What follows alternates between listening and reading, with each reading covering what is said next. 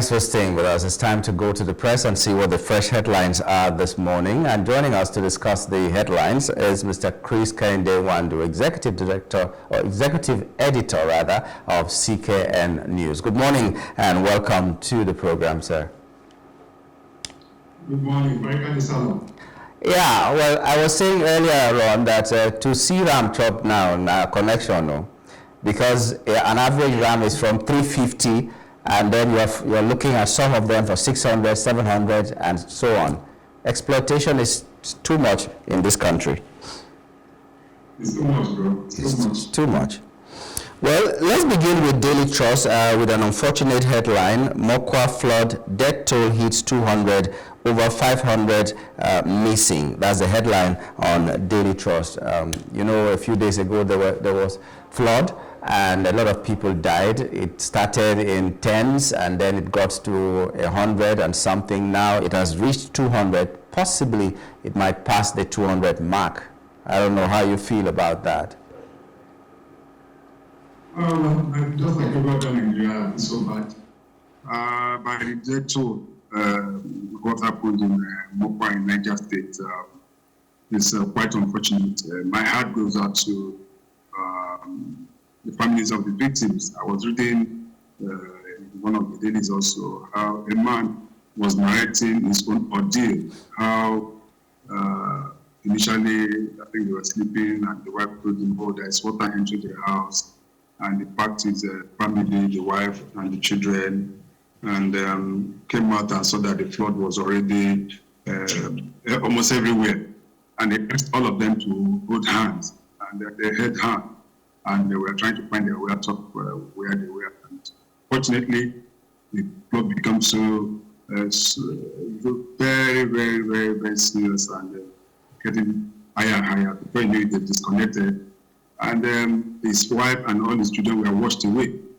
He was the only one that was able to survive because he knows how to swim. So that is the disaster that is happening. And my heart, as I said once ago, goes out to the families. But at times, some of these things are foretold. I know that moment, for the past months, I've been talking about the issue of flooding in some parts of the country, and they even mentioned the states. I don't know if Mokwa, I know Niger was there, but I don't know whether specifically Mokwa was involved, was mentioned. And some of these things could have been prevented. We also read that one of the dams around that area also collapsed. I don't know how true it is. But we can do more. We can do more. The issue of flooding is not only limited to Nigeria. It happens in other parts of the world. There is difference between us and other parts of the world. Civilized world, not so civilized. It's the way and manner they react to such and try to rescue people. Our rescue effort is very, very poor in Nigeria. You see that kind of disaster happening, and you see people throwing bamboo, just bamboo into the water, asking people to hold or try to draw. No.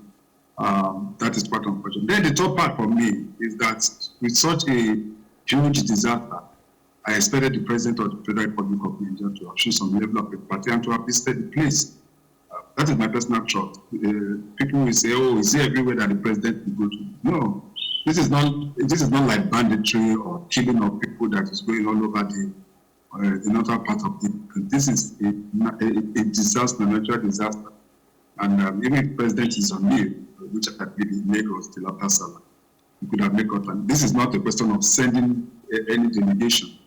He personally would have just gone, even just for an hour, to see the problem on ground, show some level of empathy to the victims and the people of Nigeria State, and he can fly back to Lagos where he's having his retirement personal opinion. But I think we can do more. And the last one is that what do we do with the ecological funds that is always given to the states on a monthly basis? Because while we are still looking at the federal government, let's also talk about the state government as well as local government. And this is why we said that the issue of local government financial autonomy is very key. Mokwa is a local government, I believe, in Niger State. And if funds have been made available, probably some of these issues, there would have been some channeling of some channels, opening up some channels and for water to be able to pass through. So we don't wait until disaster happens before we start being active on some of these issues. But once again, my heart goes out to the families, that lost their lives, and we hope that this will never happen again. Yeah. Well, I agree with you regarding the president going there to show concern and all that. Right now, we know that more than 1,000 people are still not accounted for. These 200 are just the bodies that have been recovered. We do not know what happened to the rest of the more than 1,000 that we are talking about. We do hope that it doesn't get to a point where we'll find out that this over 1,000 people had all lost their lives in this flood. But like you said, response time is very slow, not even just response time. In some places, you find helicopters rescuing people like this, but in Nigeria, nothing like that. And may they rest in peace, those who have gone, and for those people who lost loved ones, may they have the fortitude to bear the loss. On security matters, still, we are going now to the Guardian newspaper. Guardian newspaper, we're not taking the leading headline. We're looking at security now. First of all, a small headline, top right corner, is saying Ribadu's warning against ransom payment to kidnappers. And then down there, we have over 950 southeast locations occupied by bandits, herdsmen, and kidnappers. At a time when the government is saying that they have more or less defeated this banditry and insurgency. Even in the southeast, there's complaint that 950 locations are occupied by bandits and then by herdsmen and all that. Herdsmen who I'm sure are not from those states that are complaining about it. I think what the NSA should be more concerned about is to be able to defeat and clear all these bandits across Nigeria. It was very prominent in the north, but they have now the activities of these bandits, terrorists, as I call them, have extended to the south. Talking about south-south, you're talking about southeast, and even some part of southwest. And you just move on the road, and the next thing is just see that your car will be shot at, and you are demobilized, you are carted away. Just a few days ago, it happened. I think in Enugu or Abia State, I can't remember which one now, where a sailor loaded with passengers were demobilized. And then the people were taken away. Also, somebody driving this car was also taken away. So it has become a daily occurrence. So instead of talking about the issue of paying or not paying or paying ransom, if they don't pay the ransom, what will happen? They should leave their people, their brothers and sisters, fathers to be killed. Will the government be able to do the needful? What is our security architect, and what are we putting in place? I personally feel that for now we should have a joint task force on issue of banditry and all sorts of terrorism. I'm not talking about the army doing their own thing, Navy doing their own thing, the other security agencies. I'm talking a joint task force made up of the Army, the Navy, not much of Navy. We can say the Air Force, the Nigerian Police, the Civil Defense, GSS, and to a large extent, probably NIA, and other security agencies. Joint. When I say joint, I mean joint task force. If we're able to put that in place, then there can be a cross-fertilization of ideas and also sharing of intelligence. The situation where the army is doing their own thing, the Air Force is doing their, you see what is happening, what is coming out of Zamfara, one of the states again, where we are told that some innocent Nigerians were also killed by the fire stopper of the Air Force. I don't know how they that the AFP has been reporting that since yesterday that over 20 people were killed. So if we have a joint task force across from the top, under the office of the NSA, who is the coordinating authority on issue of security in Nigeria, then I think that we can go a whole long way to be able to do. And also, most of these vigilante groups and also civilian JTF, the issue for me, most of the places where you find these bandits, the security agencies cannot get there because they are not on ground. It's the civilian JTF and also the vigilantes who are from those communities that know those places. They are the one that goes right into the forest and be able to as a but the person you ask yourself, How do you confront a terrorist group that has AK-47, which just near Dengo? That is why you see both of those vigilante people being killed. It is high time that we try to look at how we'll be able to equip and arm our vigilante group. I don't believe that every Nigerian deserves to carry an arm. We're not going to that point. Because before you know it, somebody just you have a problem with your neighbor. The next thing, you just draw a piece of jam, you are off. So I don't believe that we've got it at the current situation makes it mandatory for us to make sure that we recruit more vigilante groups within the communities and get them armed under the supervision of this Office of the National Security Advisor and other relevant agencies of government. Be able to take it. But if not, the issue of corporate ransom does not.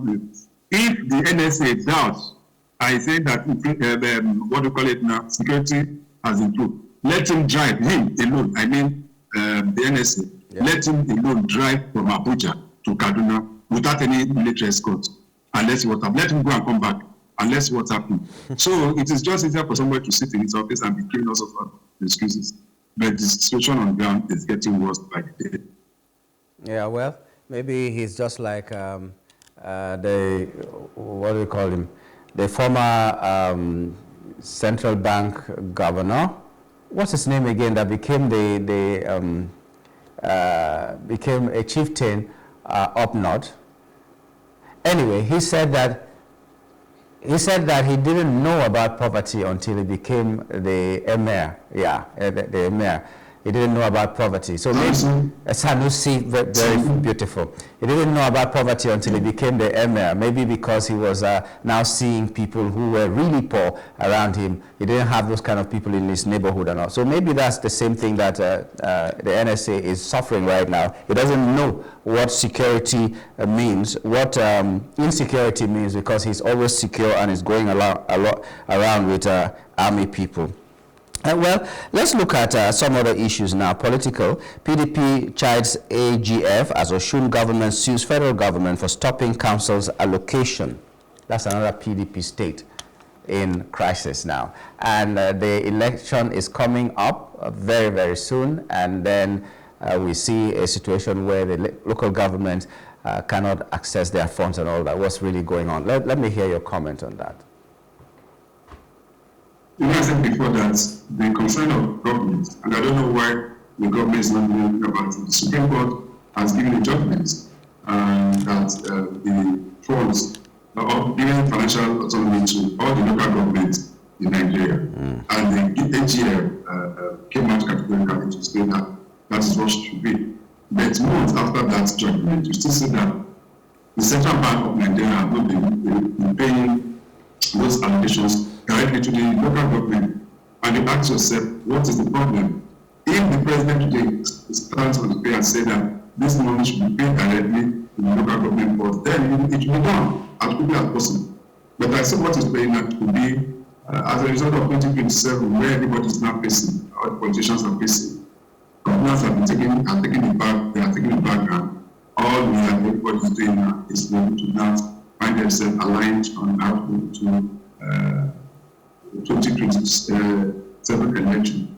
So, coming to the seizure of the Osun State LG fund, I don't know, I've not really know myself in terms of what happened. But if that is the case, the question you want to ask yourself is that why is it that that of Edo State was not seized? Because when the governor of Edo State came into power, he sacked or removed so many local government children, a power that it does not have. And I've not seen the money available to those local government being seized. I stand to be corrected. But those money were not being seized. We've seen a lot of atrocities being committed by the governors across the state, and I've not seen that. So why is it that that of Osun is an exception? So we don't need to play politics with funds that is applicable to the state and the local government, as I said. But it's because of the presidency, the executive, to be able to match their words with action, and making sure that the judgment of the Supreme Court is complied with to the latter. If a directive day is given to the central bank from the president, because implementation of this is now like the executive, it's no longer a judiciary matter. The judiciary has given this value. It is now within the executive. And the executive, the Central Bank of Nigeria is under the office of president. The Minister of Finance, we have the minister who is also under the president, and so many other parasitas under that ministry. That the money accrued to local government paid directly to them, it will be complied with. Yes, we know that despite the fact that the bill is paid, the government will still have a way of taking out this money from all the local government because they are their appointees. Forget this issue of election. That is why you see that there is no state where you have a particular government in place, a political party in place. No other party will win a local government election in that state. But the fact remains that we need to deal with it. If the National Assembly went through the process of giving autonomy to local government, and it went all to point out to the Supreme Court, the question should be asking ourselves, why is that not being implemented? The speculation is that it can only happen in a PDP state, or not even PDP state, in an opposition state. That is a very bad narrative that should not be allowed to stand. And I'm not saying people should be shut down, that they should not talk about it, but there should be proof that whatever is good for the goose is good for the gander. Like you said, in Edo State, it didn't happen, even when the executive governor had no powers to sack the chairman. He went ahead and did so, and these things are still going on. And if the perception is that just because you are in opposition, anything can be done to you, is left to stay, then it's going to be it is a very bad thing for our democracy. So, well, maybe really running to the ruling party is the only solution to some of these governors, and that's why they're doing what they're doing. Now, let me not even go there. It's a petty thing that, as Kalu said, Boko Haram fueled by political elite to destabilize Tinubu. I don't even want us to talk about that one right now. Refs grill Wike chiefs over exam disruptions. Just a few weeks after we had the jam disruptions because of one thing or the other that made them to do a receipt, Wike also had their problems. People wrote examinations. I think English paper particularly was written in the dark, and they said it's because of leakages and so many other things. That's why these things happened the way they happened. In fact, when I was talking to one of the students, she said that they were told that it's because the examination was leaked, so they had to reprint another one and then give to the students so that they will that leakage will not be anything. It will not be important in the examination. And I was just asking myself, since when did Nigeria become so effective that they will find out a leakage one day and then reprint papers to go around the schools nationwide and all that?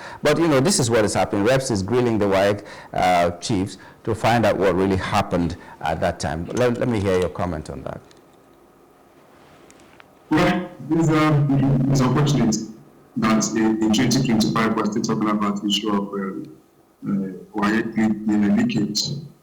I sat for Wike in 1984, and we as of then, everything was done manually, and we heard of some leakages there and there, and to realize that this is 2025.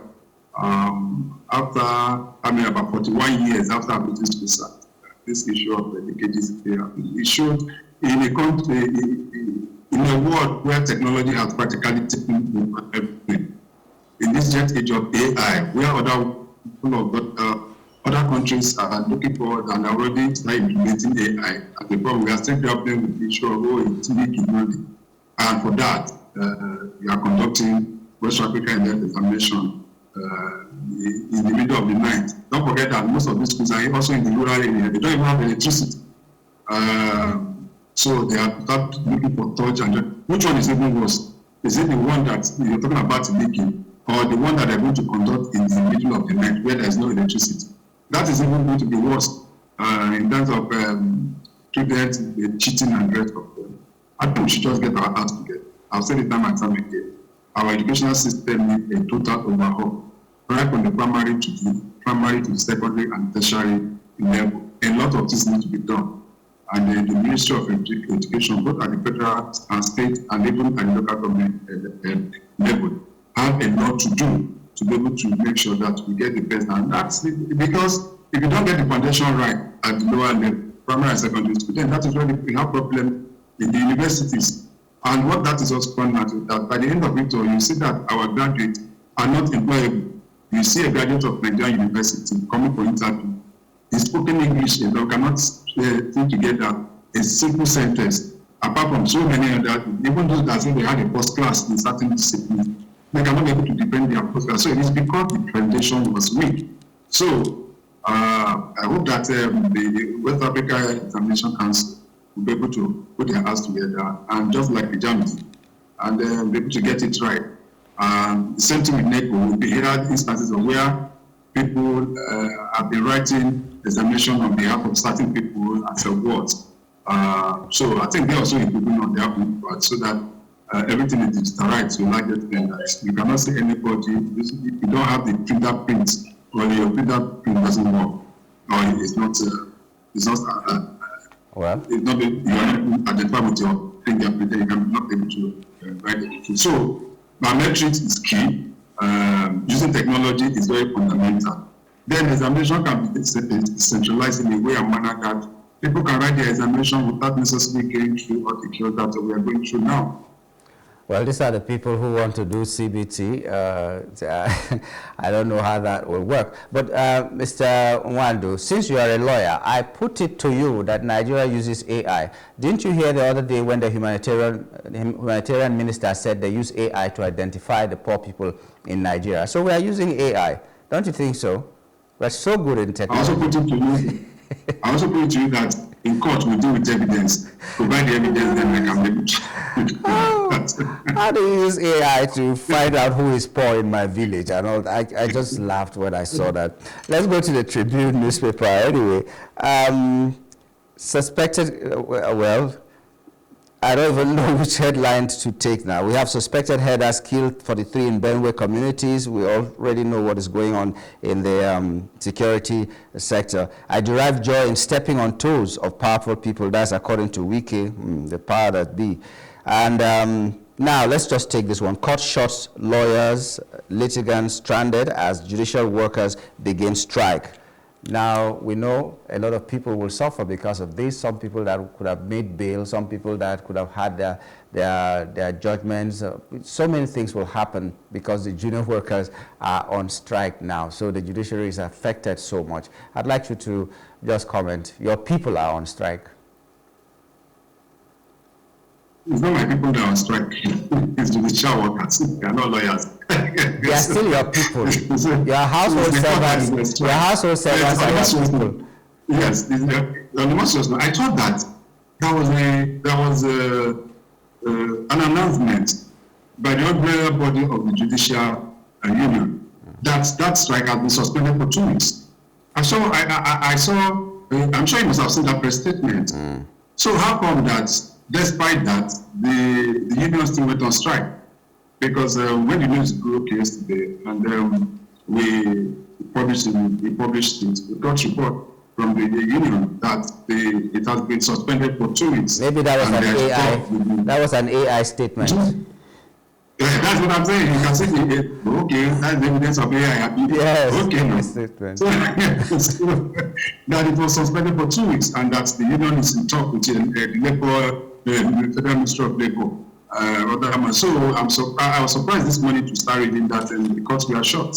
But that is how we do it.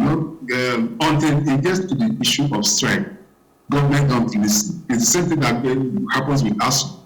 Until ASU goes on strike, the federal government will not listen. It's the same thing with the doctors and so many other things.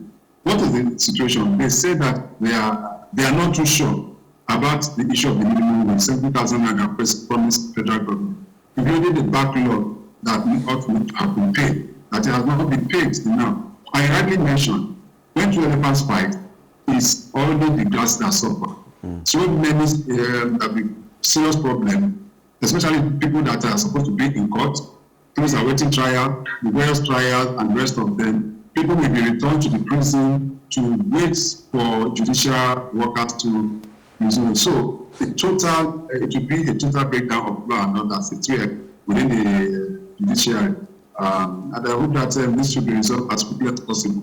The Ministry of Labour, the Ministry of Justice, and all relevant agencies of government should be able to sit down with this union and make sure that the issue is resolved. The issue of minimum wage is a bit more better implemented within the state than the federal. A lot of the federal ministries and ministers are still complaining about the implementation of the minimum wage months after it was approved by the federal government. I don't know where the problem is coming, whether it's coming from the office of the SGF, the Secretary to the federal government, or from the Ministry of Finance, as it were. But this issue needs to be, we don't need to be talking about these issues months after the federal government has given an order for implementation of minimum wage of 70,000, etc. Oh, well. Anyway, this is where we have to wrap it up this morning on Off the Press. We'd like to thank you, Mr. Nwandu, for coming on the show. As usual, it was a pleasure having you. It is also a pleasure having your AI this morning. See you on AI. Have a wonderful day. You too, sir. Have a wonderful day. We'll be talking with Mr. Chris Nwandu, Executive Editor, CKN News, and we're looking at some of the headlines that made it to the front pages of some of our national dailies. This morning we covered Daily Trust, The Guardian, The Punch, and The Tribune. When we return from this short break that we are going to take, we're going to be looking at the fact that the federal government is launching a 45,000 Naira monthly stipend for technical students. Stay with us.